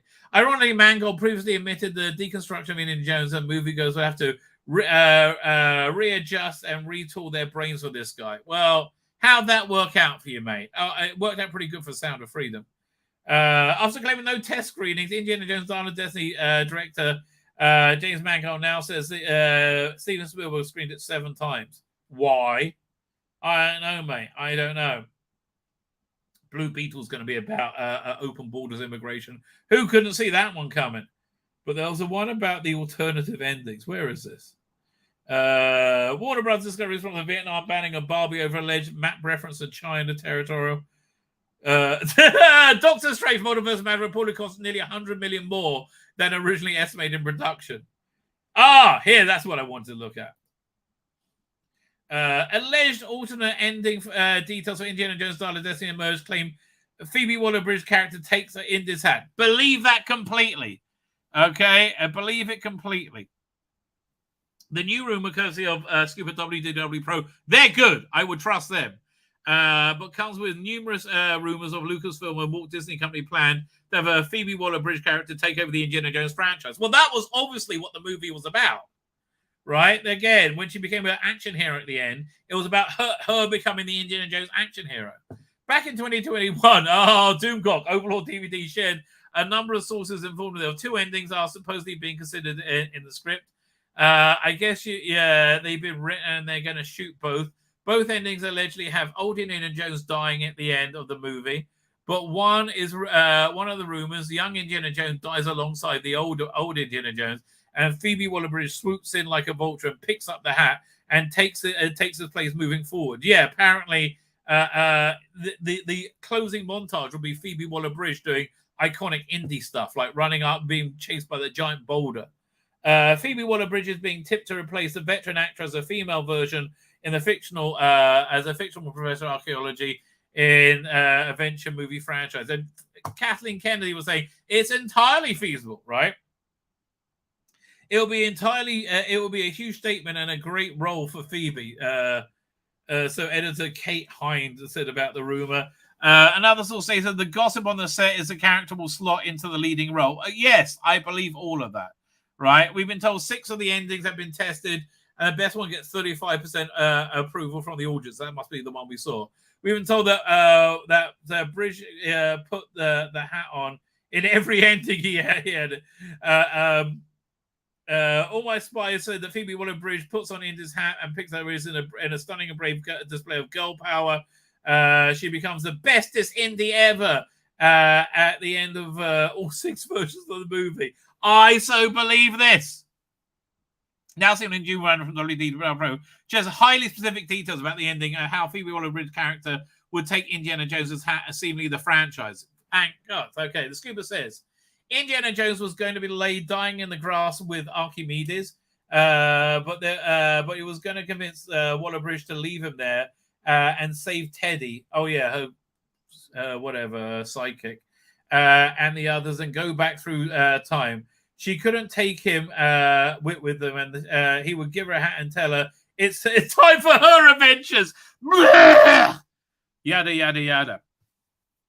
She and Teddy and the other gentlemen that are there to attempt to escape through a significant action sequence. They go through a time rift, and they and then you find that she's going after back to the original date that she would have learned her lesson in the final scene, was it, where she no longer is out for money or money off these artifacts, but instead she's working. Well, again, that makes sense. Then she has a character arc. Instead, she's working to get them into museums where they belong. Okay. And there was going to be a second appearance after that as that fades out. Indiana Jones back with Archimedes in the past, as it turns out that he had the clever plan the entire time. And he tells Archimedes that he will explain the Dial of Destiny to him, and all kinds of secrets. If only he will tell him if only he will write one special message there.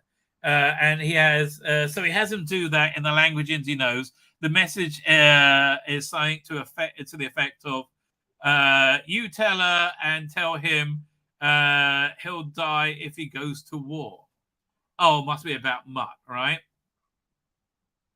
And then it was going to go for the very last scene where Indy takes a Dial of Destiny from Brazil, from Basel.